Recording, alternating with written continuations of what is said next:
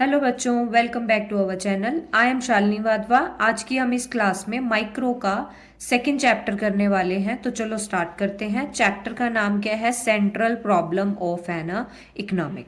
इससे previous chapter में हमने पढ़ा था कि इकोनॉमिक की प्रॉब्लम क्या है। उसके पास रिसोर्स तो लिमिटेड हैं पर उसकी वांट्स क्या हैं? अनलिमिटेड हैं। तो इस चैप्टर में इस टॉपिक का नाम दिया गया है central problem of an economic. यहाँ पे हम प्रोड्यूसर की बात कर रहे हैं। प्रोड्यूसर की प्रॉब्लम क्या है? What to produce, what goods are to be produce, कि वो अपनी फैक्ट्री में कौन से गुड्स को प्रोड्यूस करे। ठीक है। और in what quantity goods are to be produce, और जो भी गुड्स वो सेलेक्ट करेगा उसको कितनी क्वांटिटी में वो प्रोड्यूस करे, ये भी उसकी प्रॉब्लम है। इसमें आएगा how much of the consumer goods and how much the capital. अगर वो दोनों को सेलेक्ट करता है, कंज्यूमर गुड्स भी बनाता है, कैपिटल गुड्स भी बनाता है, तो वो कितनी क्वांटिटी में उसको बनाए, ये भी उसकी एक सेंट्रल प्रॉब्लम है। फिर आता है question what goods are to be produce. उसके बाद दो चॉइस है, या तो वो कैपिटल गुड्स बना सकता है या तो वो कंज्यूमर गुड्स बना सकता है, या प्रोडक्शन बोथ, दोनों के कॉम्बिनेशन को यूज कर सकता है। कैपिटल गुड्स कौन सी होती हैं? जैसे लाइक प्लांट एंड मशीनरी, है ना, जो कि जरूरत पड़ती है फर्दर प्रोडक्शन के लिए, यानी कि मशीनों की वो प्रोडक्शन कर रहा है जो आगे और गुड्स बनाने में हमारी मदद करेंगी, और इसीलिए वो फ्यूचर ग्रोथ के लिए जरूरी हो जाती हैं। ऐसी दूसरी जो गुड्स है कंज्यूमर गुड्स, वो कौन सी गुड्स होती हैं? जो असेंशियल फॉर लाइफ, यानी कि जो डे टू डे की लाइफ की जो गुड्स होती हैं, जो हम घरों में यूज करते हैं, उनको हम कंज्यूमर गुड्स बोलते हैं। वो हमारी प्रेजेंट नीड को पूरा करता है। अगर आपके पास क्वेश्चन आता है इसके बेसिस पे कि फ्यूचर नीड को कौन पूरा करता है, तो वो है कैपिटल गुड्स। प्रेजेंट नीड्स को कौन सी गुड्स फुलफिल करती हैं? वो है कंज्यूमर गुड्स। ग्रोथ के लिए कौन सी जरूरी है? कैपिटल गुड्स हैं। और डेली प्रेजेंट की नीड को पूरा करने के लिए कौन सी गुड्स जरूरी है? Consumer goods. तो ये एक सेंटर प्रॉब्लम थी। नेक्स्ट क्या है? How to produce. पहले उसकी प्रॉब्लम थी कि क्या बनाए, फिर दूसरी प्रॉब्लम उसकी राइज होती है हाउ टू प्रोड्यूस, कैसे बनाए। तो यहाँ पे किस चीज की प्रॉब्लम है? टेक्नोलॉजी की। अब उसके बाद टेक्नोलॉजी में भी दो चॉइस है। पहली चॉइस क्या है? Labour intensive. दूसरी क्या है? Capital intensive. लेबर इंटेंसिव कौन सी होती है? जहां पे ह्यूमन बींग्स को, यानी कि लेबर मैन पावर को ज्यादा यूज किया जा रहा है। और कैपिटल इंटेंसिव कौन सी होती है? जहां पे मशीनों को यूज किया जा रहा है। अगर वो लेबर इंटेंसिव पे रहता है ना, तो ये भी उसकी प्रॉब्लम है कि वो ग्रोथ पे नहीं जा पाएगा, एफिशिएंट नहीं हो पाएगा। अगर वो कैपिटल इंटेंसिव पे रहता है तो देश में अनएम्प्लॉयमेंट की प्रॉब्लम क्रिएट हो जाएगी। तो इसमें सिलेक्शन करने में प्रॉब्लम है। Use of the labour then a capital, कौन सी उसको यूज करे, लेबर ज्यादा रखे या कैपिटल ज्यादा रखे। अगर वो लेबर ज्यादा रखता है to production promote the employment, तो ऐसी प्रोडक्शन एम्प्लॉयमेंट को जनरेट करती है। और अगर वो कैपिटल इंटेंसिव पे रहता है तो प्रमोट करती है efficiency the peace of growth, यानी कि उस देश की ग्रोथ होती है। अब यहाँ पे प्रॉब्लम बिटवीन द चॉइस, उसके पास यही प्रॉब्लम है कि क्या कौन सी टेक्निक को यूज करे, लेबर इंटेंसिव या कैपिटल इंटेंसिव। कैपिटल इंटेंसिव है वो अनएम्प्लॉयमेंट जनरेट कर देगी, और जो लेबर इंटेंसिव है वो जीडीपी ग्रोथ को कम कर देगी, है ना। तो दोनों में ही उसकी चॉइस की प्रॉब्लम है। लास्ट प्रॉब्लम आती है फॉर होम टू प्रोड्यूस। पहली प्रॉब्लम थी क्या बनाए, दूसरी प्रॉब्लम थी कैसे बनाए, तीसरी प्रॉब्लम आती है फॉर होम टू प्रोड्यूस, किसके लिए बनाए।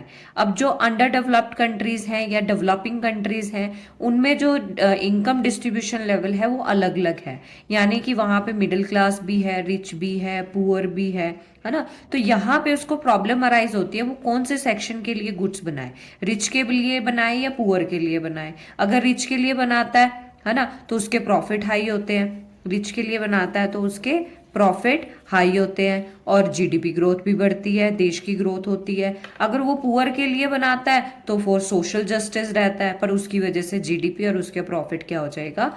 कम हो जाएगा। तो यहाँ पे उसकी प्रॉब्लम होगी। अब इस टॉपिक में हमने प्रॉब्लम की डिस्कशन की। इससे जो नेक्स्ट टॉपिक है आपके पास है, ये है solution of the central problem in the difference economics. अब प्रीवियस चैप्टर में आपने पढ़ा था हर एक देश का सिस्टम होता है, उस सिस्टम को वो अडॉप्ट करती है।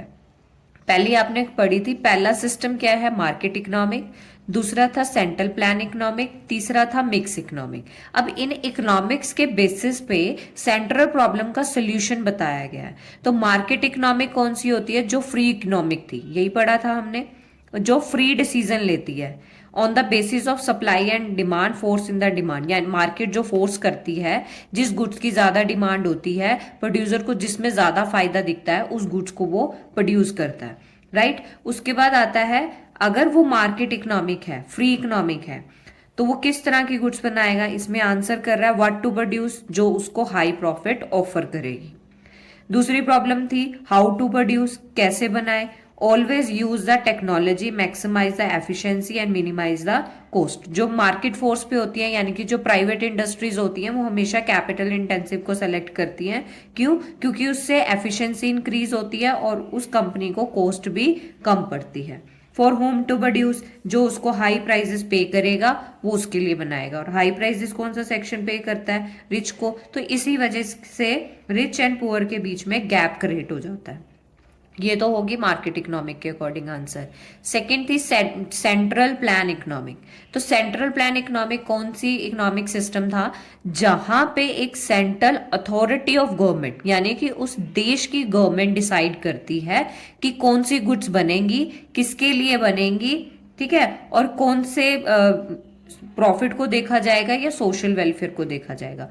तो यानी कि एक सेंट्रल अथॉरिटी के पास पावर है। तो यहाँ पे based on the government decision, अब गवर्नमेंट के डिसीजन पे डिपेंड करता है कि वो कौन सी गुड्स बनाएगी। अब सेंट्रल प्रॉब्लम क्या थी? What to produce.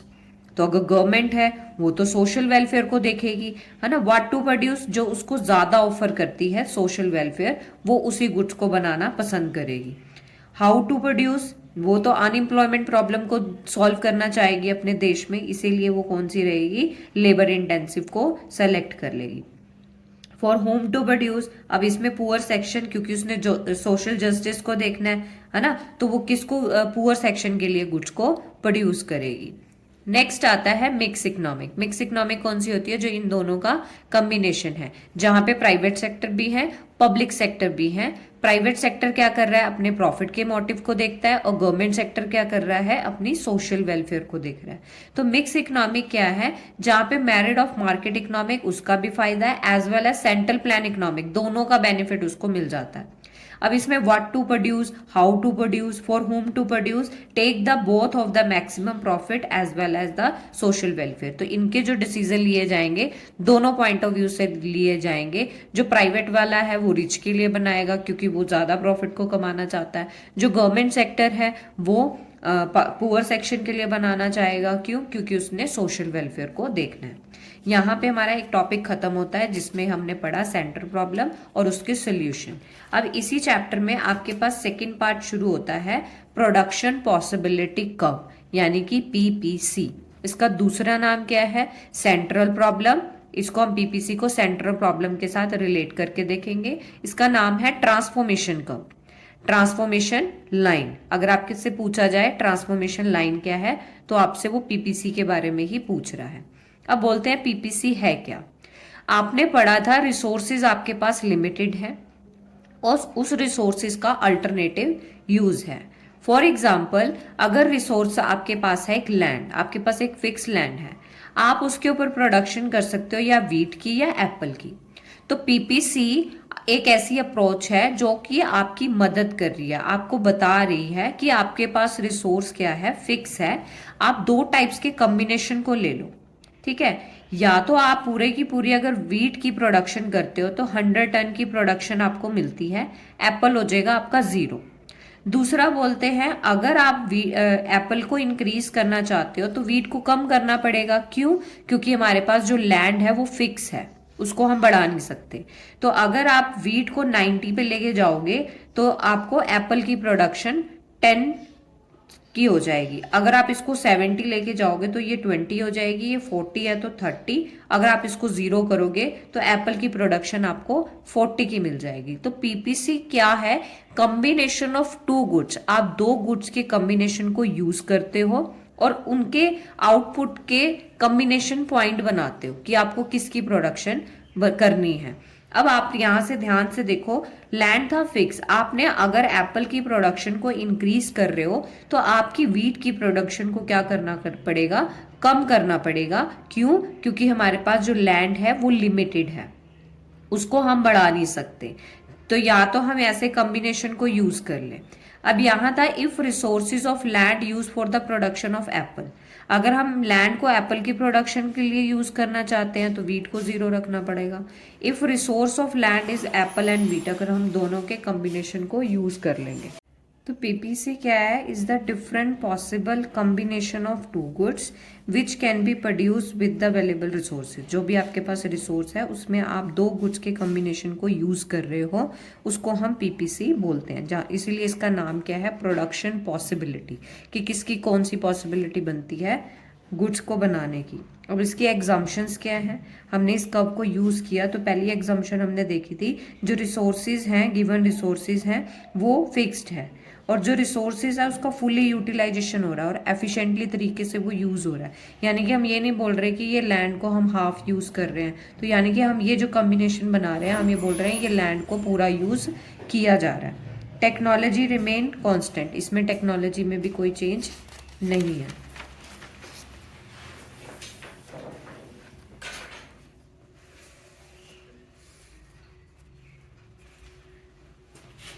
अब आप पीपीसी का ग्राफ कैसे बनाओगे, देखो आपने उसी के एग्जाम्पल को लिया, नीचे आप ले लो एप्पल की प्रोडक्शन, इधर ले लो आप वीट की प्रोडक्शन।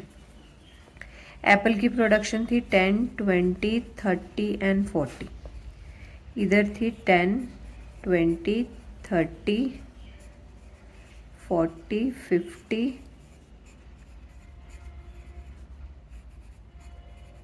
100। इसमें बोला था अगर आप एप्पल की प्रोडक्शन को 0 रखते हैं तो वीट की प्रोडक्शन है 100। पहला पॉइंट ये बना कॉम्बिनेशन। दूसरा बनता है अगर आप एप्पल की प्रोडक्शन को 10 रखते हैं तो वीट की प्रोडक्शन कितनी है, 90 है, 90 पे पॉइंट लगा। फिर आता है अगर आप एप्पल की प्रोडक्शन को 20 करते हैं तो इसकी प्रोडक्शन कितनी है, 70। इसको 30 किया तो ये होगी 40, इसको 40 किया तो यानी कि ये पॉइंट आपका था 0 पे। तो ये जो पॉइंट बना, ये इस पॉइंट को मिला के जो कर्व बन रही है ये लास्ट 40, इसको बोलते हैं पीपीसी कर्व। अब जो ये पॉइंट हमने अटेंड किए हैं ये हैं अटेंडेबल पॉइंट, और जो इस ग्राफ के बार हैं, जो कहीं भी पॉइंट लगाओगे तो यानी कि जो अटेंड ही नहीं किया हमने, नॉन अटेंडेबल कॉम्बिनेशन। तो जब हम इसकी ग्राफिक प्रेजेंटेशन देते हैं तो उसको बोलते हैं पीपीसी कर्व। जब हम उसको टेबल में प्रेजेंट करते हैं उसको बोलते हैं प्रोडक्शन पॉसिबिलिटी शेड्यूल। नेक्स्ट आता है पीपीसी को हम सेंट्रल प्रॉब्लम के साथ रिलेट करेंगे, PPC and what to produce.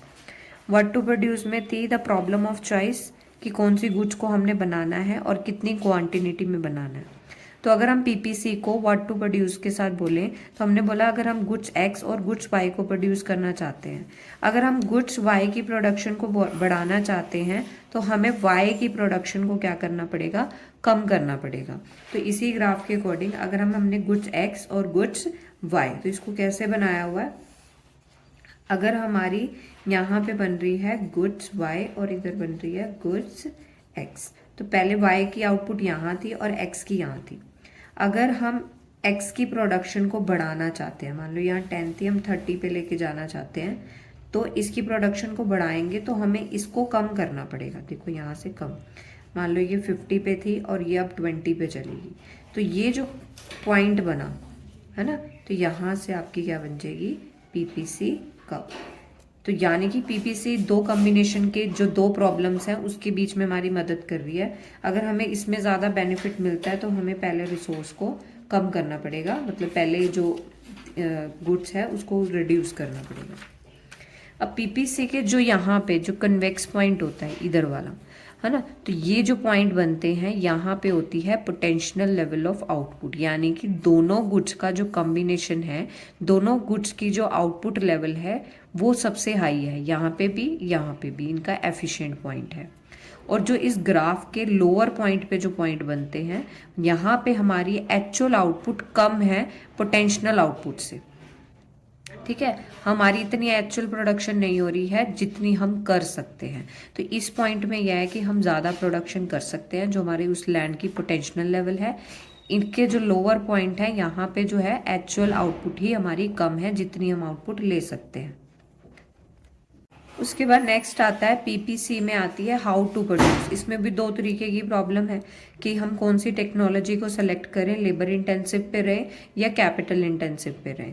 अब जो कैपिटल इंटेंसिव है वो मॉडर्न टेक्नोलॉजी है, मोर एफिशिएंट है, और जो लेबर इंटेंसिव है वो क्या है, लेस एफिशिएंट है। तो अगर हम इसको पीपीसी के साथ रिलेट करें तो हमारी प्रोडक्शन जो लोअर वाली है, लोअर कॉम्बिनेशन पे है, तो वो कौन सी है, जहाँ पे हम लेबर इंटेंसिव पे हैं। अगर हम हायर पे उसकी आउटपुट बना रहे हैं जहाँ पे दोनों गुड्स की ही हाई है, यहाँ पे दोनों गुड्स की ही एज कंपैरेटिव इसके कम है, तो यानी कि यहाँ पे मॉडर्न टेक्नोलॉजी यूज़ की जा रही है, इसलिए हमारी आउटपुट क्या है, ज़्यादा है, रिसोर्स फिक्स है। नेक्स्ट आता है PPC and the for whom to produce. इसमें भी दो प्रॉब्लम थी। क्या प्रॉब्लम थी कि किसके लिए गुड्स बनाई जाए, रिच सेक्शन के लिए या पुअर सेक्शन के लिए। तो यहाँ पे problem related to the distribution of income. तो जिस देश में प्रॉब्लम किसके रिगार्डिंग है, अनइक्वल डिस्ट्रीब्यूशन है इनकम के बीच में, रिच एंड पुअर के बीच में अनइक्वल डिस्ट्रीब्यूशन है, पुअर सेक्शन या रिचर सेक्शन। तो अगर हम पीपीसी को रिलेट करेंगे, अगर हमारी यहाँ पे कम आउटपुट है तो ये कौन सा सेक्शन है, जहाँ पे हमारी lower level of potential output, हमारी पोटेंशियल आउटपुट ही क्या है, कम है। क्यों, क्योंकि हम किसके फेवर में है, पुअर सेक्शन के फेवर में है। अब यहाँ पे जो हायर वाली है, यहाँ पे हाई लेवल ऑफ पोटेंशियल, यानी कि हमारी यहाँ पे आउटपुट ही क्या है, ज़्यादा है। क्यों, यहाँ पे हम रिचर सेक्शन के लिए, यानी कि प्रॉफिट ज़्यादा अर्न करने के लिए रिचर सेक्शन के लिए प्रोड्यूस कर रहे हैं। नेक्स्ट आता है most important PPC and the opportunity cost. अब यहाँ पे क्वेश्चन आता है अपॉर्चुनिटी कॉस्ट का मीनिंग क्या होता है। तो हमने बोला हमारे पास एक लैंड है, इसको एक एग्जांपल से करते हैं। You have a 1 Hector of land, जिसमें हम यूज़ ऑफ प्रोडक्शन, हम प्रोडक्शन किसकी कर सकते हैं, एप्पल की या वीट की, यानी कि हम उस लैंड को यूज़ 1 में यानी कि यूज़ 2 में डाल रहे हैं। तो यानी कि इसके अकॉर्डिंग ये हमारी अपॉर्चुनिटी 1 है और ये हमारी अपॉर्चुनिटी 2 है। अगर हम एक अपॉर्चुनिटी को इंक्रीज करना चाहते हैं, मान लो अगर आप वीट की प्रोडक्शन को इंक्रीज करना चाहते हैं तो किसको सेक्रीफाइस करना पड़ेगा, एप्पल को, एप्पल की प्रोडक्शन को कम करना पड़ेगा। यहाँ पे जिसने सेक्रीफाइस किया, जिसकी आउटपुट कम हुई, उसको बोलते हैं अपॉर्चुनिटी कॉस्ट। जैसे यहाँ पे बोला the cost of availing 1 opportunity, अगर हम एक की अपॉर्चुनिटी को बढ़ाना चाहते हैं in the term of lose of other opportunity, हमें दूसरी अपॉर्चुनिटी को लूज करना पड़ेगा। It is the cost of shifting resource from 1 use to another, हम क्या कर रहे हैं, रिसोर्स को एक से दूसरी जगह शिफ्ट कर रहे हैं।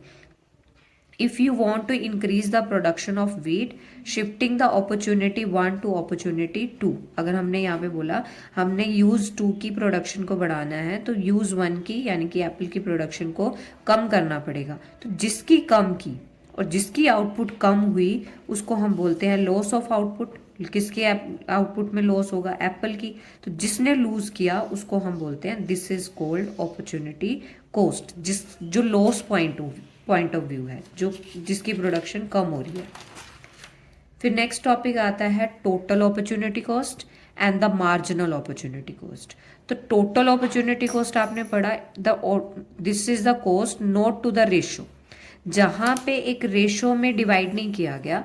The total loss of output, हमने यहाँ टोटल लॉस को यानी कि जिसकी प्रोडक्शन को कम किया, उसने जितने से उसको लॉस हुआ उसको हम बोलते हैं अपॉर्चुनिटी कॉस्ट। यहाँ पे रेशो नहीं है। जबकि मार्जिनल अपॉर्चुनिटी कॉस्ट क्या होता है, पहले होता है मार्जिनल का मीनिंग होता है एडिशनल।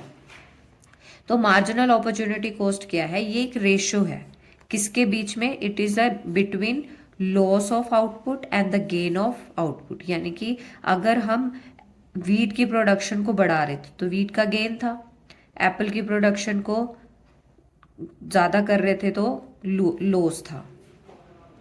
तो मार्जिनल अपॉर्चुनिटी कॉस्ट क्या है, जहां पे marginal opportunity cost is a ratio between the loss of output and the gain of output. जैसे कि हमने यहाँ एग्जाम्पल देखा कि अगर हम वीट की प्रोडक्शन को बढ़ाना चाहते हैं तो एप्पल की प्रोडक्शन को क्या करना पड़ेगा, कम करना पड़ेगा। तो यहाँ गेन है, यहाँ लॉस है, तो यहाँ इन दोनों की जो रेशो होती है उसको बोलते हैं मार्जिनल अपॉर्चुनिटी कॉस्ट, जो ratio between the loss of output and the gain of output. और सिर्फ लॉस को हम अपॉर्चुनिटी कॉस्ट बोलते हैं। ये डिफरेंस आपके पास पेपर में आता है। जो टोटल अपॉर्चुनिटी कॉस्ट है ये इंडिकेट करती है cost of all the unit of produce when the some resource shifting one to another. तो यहाँ पे पूरा जो लॉस हुआ उसको अपॉर्चुनिटी कॉस्ट बोलते हैं। और मार्जिनल अपॉर्चुनिटी कॉस्ट क्या इंडिकेट करती है? Cost of one more unit of output and the additional unit of output. अगर हम एक की प्रोडक्शन को बढ़ा रहे हैं तो दूसरे की जो कम कर रहे हैं, दोनों को कंसीडर किया, उसको हम मार्जिनल अपॉर्चुनिटी कॉस्ट बोलते हैं। अब इसको हमने ग्राफ में कैसे बनाया? तो ग्राफ में नीचे है वीट, यहाँ है एप्पल। वीट की प्रोडक्शन थी पहले यहाँ पे 10 और यहाँ पे एप्पल की प्रोडक्शन थी 50। जैसे ही हमने वीट की प्रोडक्शन को बढ़ाना चाहा, 10 से 50 पे गए, तो हमें एप्पल की प्रोडक्शन को 50 से 30 में लाना चाहा। तो यहाँ पे जो लॉस हुआ, कितने से लॉस हुआ? 50 पे थे, 30 पे चले गए, तो 20 का लॉस हुआ हमें, है ना। जो ये लॉस हुआ इसको टोटल अपॉर्चुनिटी कॉस्ट बोलते हैं। और जो ये लॉस है ये इसका 20 का लॉस, और गेन किसको हुआ? वीट को कितने से गेन हुआ? 10 से 50 पे चलेगा। तो 10 तो पहले ही था, 50 पे गया, तो यानी कि एडिशनल कितनी हुई? 40 से। तो ये जो रेशो है ये गेन की है, और ये लॉस की जो रेशो है, इसको रेशो को हम मार्जिनल अपॉर्चुनिटी कॉस्ट बोलते हैं। नेक्स्ट आता है पीपीसी एंड देयर स्लोप। अब इसकी स्लोप क्या है? हमने इसको देखा, पीपीसी कैसे बन रही थी? ऐसे डाउनवर्ड नीचे की तरफ जा रही थी, तो डाउनवर्ड थी, लेफ्ट टू राइट की तरफ थी। ये मेरा लेफ्ट हैंड है, ये राइट है, तो ये कैसे जा रही है? लेफ्ट टू राइट की तरफ, नीचे की तरफ जा रही है, लेफ्ट हैंड से राइट की तरफ। ये एमसीक्यूज में कवर होता है। और कन्वेक्स, कन्वेक्स का होता है ये ओरिजिन पॉइंट होता है यहाँ पे, और यहाँ से कन्वेक्स यानी कि इस पॉइंट से ओरिजिन पॉइंट से मुड़ती है। देखो यहाँ से मुड़ रही है, तो कन्वेक्स का मतलब होता है द पॉइंट ऑफ ओरिजिन। मुड़ती कब है? जहाँ पे इसका ओरिजिन पॉइंट होता है। Why downward? अब यहाँ पूछ रहे हैं कि क्यों डाउनवर्ड है, तो हमने बोला जो गिवन रिसोर्सेज है आर फिक्स, हमारे पास रिसोर्स फिक्स है। अगर हम increase the output of goods two की आउटपुट को इंक्रीज करना चाहते हैं, तो पॉसिबल ओनली, ये तभी पॉसिबल हो सकता है कब? There is a decrease in the output of good 1। अगर हमने गुड्स 2 को बढ़ाना है तो गुड्स 1 की आउटपुट को हमें डिक्रीज करना पड़ेगा। इसीलिए जो इसकी स्लोप होती है डाउनवर्ड होती है। डाउनवर्ड क्यों हुआ? क्योंकि रिसोर्स यहाँ से यहाँ फिक्स शिफ्ट हो रहा है ना, तो इसलिए इसकी स्लोप डाउनवर्ड जाती है। कन्वेक्स क्यों करती है ओरिजिन से? क्यों? क्योंकि इसकी इंक्रीजिंग स्लोप है। इंक्रीजिंग का मतलब है अगर ये कम होएगा और यहाँ से ये ज़्यादा होगा, जैसे ये पहले यहाँ था, ठीक है, अब इसको यहाँ से यहाँ शिफ्ट करना है तो उसका आउटपुट बढ़ाना पड़ेगा, है ना। ये देखो यहाँ से आउटपुट बन जाएगा, इसको कम करना पड़ेगा। तो यहाँ पे बोला इसकी इंक्रीजिंग स्लोप है, लेफ्ट टू राइट की तरफ जाती है। मार्जिनल अपॉर्चुनिटी कॉस्ट लगता है, तो सीधा इसका आंसर लिखते हैं वन नंबर में कि इंक्रीजिंग मार्जिनल अपॉर्चुनिटी कॉस्ट है, इसीलिए ये ओरिजिन पॉइंट से कन्वेक्स करती है। इंक्रीजिंग का मतलब है कि अगर एक के गेन को बढ़ाना है तो दूसरे को लूज करना पड़ेगा। इसी के ऊपर आपके पास क्वेश्चन आता है, why does the marginal opportunity cost tend to be rise? ये बढ़ती क्यों है?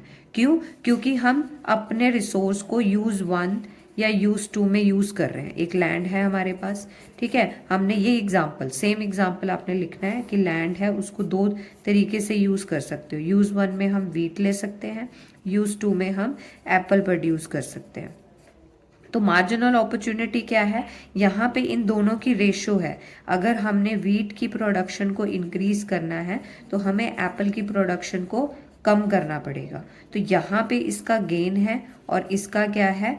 लॉस है। तो एक इंक्रीज हो रहा है, दूसरा कम हो रहा है। तो मार्जिनल अपॉर्चुनिटी कॉस्ट इन दोनों की रेशो को डिफाइन करता है, इसीलिए ये ट्रेंडिंग में तब बढ़ती है। मार्जिनल अपॉर्चुनिटी कॉस्ट जो है बढ़ती क्रम में होती है। तो इसी के साथ ये चैप्टर कंप्लीट होता है। उसके बाद नेक्स्ट आता है पीपीसी में आती है हाउ टू प्रोड्यूस। इसमें भी 2 तरीके की प्रॉब्लम है कि हम कौन सी टेक्नोलॉजी को सेलेक्ट करें, लेबर इंटेंसिव पे रहें या कैपिटल इंटेंसिव पे रहें। अब जो कैपिटल इंटेंसिव है वो मॉडर्न टेक्नोलॉजी है, मोर एफिशिएंट है, और जो लेबर इंटेंसिव है वो क्या है? लेस एफिशिएंट है। तो अगर हम इसको पीपीसी के साथ रिलेट करें तो हमारी प्रोडक्शन जो लोअर वाली है, लोअर कॉम्बिनेशन पे है, तो वो कौन सी है? जहाँ पे हम लेबर इंटेंसिव पे हैं। अगर हम हायर पे उसकी आउटपुट बना रहे हैं जहाँ पे दोनों गुड्स की ही हाई है, यहाँ पे दोनों गुड्स की ही एज कंपैरेटिव इसके कम है, तो यानी कि यहाँ पे मॉडर्न टेक्नोलॉजी यूज़ की जा रही है, इसलिए हमारी आउटपुट क्या है, ज़्यादा है, रिसोर्स फिक्स है। नेक्स्ट आता है PPC and the for whom to produce. इसमें भी दो प्रॉब्लम थी। क्या प्रॉब्लम थी कि किसके लिए गुड्स बनाई जाए, रिच सेक्शन के लिए या पुअर सेक्शन के लिए। तो यहाँ पे problem related to the distribution of income. तो जिस देश में प्रॉब्लम किसके रिगार्डिंग है, अनइक्वल डिस्ट्रीब्यूशन है इनकम के बीच में, रिच एंड पुअर के बीच में अनइक्वल डिस्ट्रीब्यूशन है, पुअर सेक्शन या रिचर सेक्शन। तो अगर हम पीपीसी को रिलेट करेंगे, अगर हमारी यहाँ पे कम आउटपुट है तो ये कौन सा सेक्शन है, जहाँ पे हमारी lower level of potential output, हमारी पोटेंशियल आउटपुट ही क्या है, कम है। क्यों? क्योंकि हम किसके फेवर में है, पुअर सेक्शन के फेवर में है। अब यहाँ पे जो हायर वाली है, यहाँ पे हाई लेवल ऑफ पोटेंशियल, यानी कि हमारी यहाँ पे आउटपुट ही क्या है, ज़्यादा है। क्यों? यहाँ पे हम रिचर सेक्शन के लिए, यानी कि प्रॉफिट ज़्यादा अर्न करने के लिए रिचर सेक्शन के लिए प्रोड्यूस कर रहे हैं। नेक्स्ट आता है most important PPC and the opportunity cost. अब यहाँ पे क्वेश्चन आता है अपॉर्चुनिटी कॉस्ट का मीनिंग क्या होता है। तो हमने बोला हमारे पास एक लैंड है, इसको एक एग्जांपल से करते हैं। You have a 1 Hector of land, जिसमें हम यूज़ ऑफ प्रोडक्शन, हम प्रोडक्शन किसकी कर सकते हैं, एप्पल की या वीट की, यानी कि हम उस लैंड को यूज़ 1 में यानी कि यूज़ 2 में डाल रहे हैं। तो यानी कि इसके अकॉर्डिंग ये हमारी अपॉर्चुनिटी 1 है और ये हमारी अपॉर्चुनिटी 2 है। अगर हम एक अपॉर्चुनिटी को इंक्रीज करना चाहते हैं, मान लो अगर आप वीट की प्रोडक्शन को इंक्रीज करना चाहते हैं तो किसको सेक्रीफाइस करना पड़ेगा, एप्पल को, एप्पल की प्रोडक्शन को कम करना पड़ेगा। यहाँ पे जिसने सेक्रीफाइस किया, जिसकी आउटपुट कम हुई, उसको बोलते हैं अपॉर्चुनिटी कॉस्ट। जैसे यहाँ पे बोला the cost of availing 1 opportunity, अगर हम एक की अपॉर्चुनिटी को बढ़ाना चाहते हैं in the term of lose of other opportunity, हमें दूसरी अपॉर्चुनिटी को लूज करना पड़ेगा। It is the cost of shifting resource from 1 use to another, हम क्या कर रहे हैं, रिसोर्स को एक से दूसरी जगह शिफ्ट कर रहे हैं। If you want to increase the production of wheat, shifting the opportunity 1 to opportunity 2, अगर हमने यहाँ पे बोला हमने यूज 2 की प्रोडक्शन को बढ़ाना है तो यूज 1 की यानी कि एप्पल की प्रोडक्शन को कम करना पड़ेगा। तो जिसकी कम की और जिसकी आउटपुट कम हुई उसको हम बोलते हैं लॉस ऑफ आउटपुट। किसके आउटपुट में लॉस होगा, एप्पल की। तो जिसने लूज किया उसको हम बोलते हैं this is called opportunity cost, जो लॉस पॉइंट ऑफ व्यू है, जो जिसकी प्रोडक्शन कम हो रही है। फिर नेक्स्ट टॉपिक आता है total opportunity cost and the marginal opportunity cost. तो टोटल अपॉर्चुनिटी कॉस्ट आपने पढ़ा, this is the cost not to the ratio, जहां पे एक रेशो में डिवाइड नहीं किया गया। The total loss of output, हमने यहाँ टोटल लॉस को यानी कि जिसकी प्रोडक्शन को कम किया, उसने जितने से उसको लॉस हुआ उसको हम बोलते हैं अपॉर्चुनिटी कॉस्ट। यहाँ पे रेशो नहीं है। जबकि मार्जिनल अपॉर्चुनिटी कॉस्ट क्या होता है, पहले होता है मार्जिन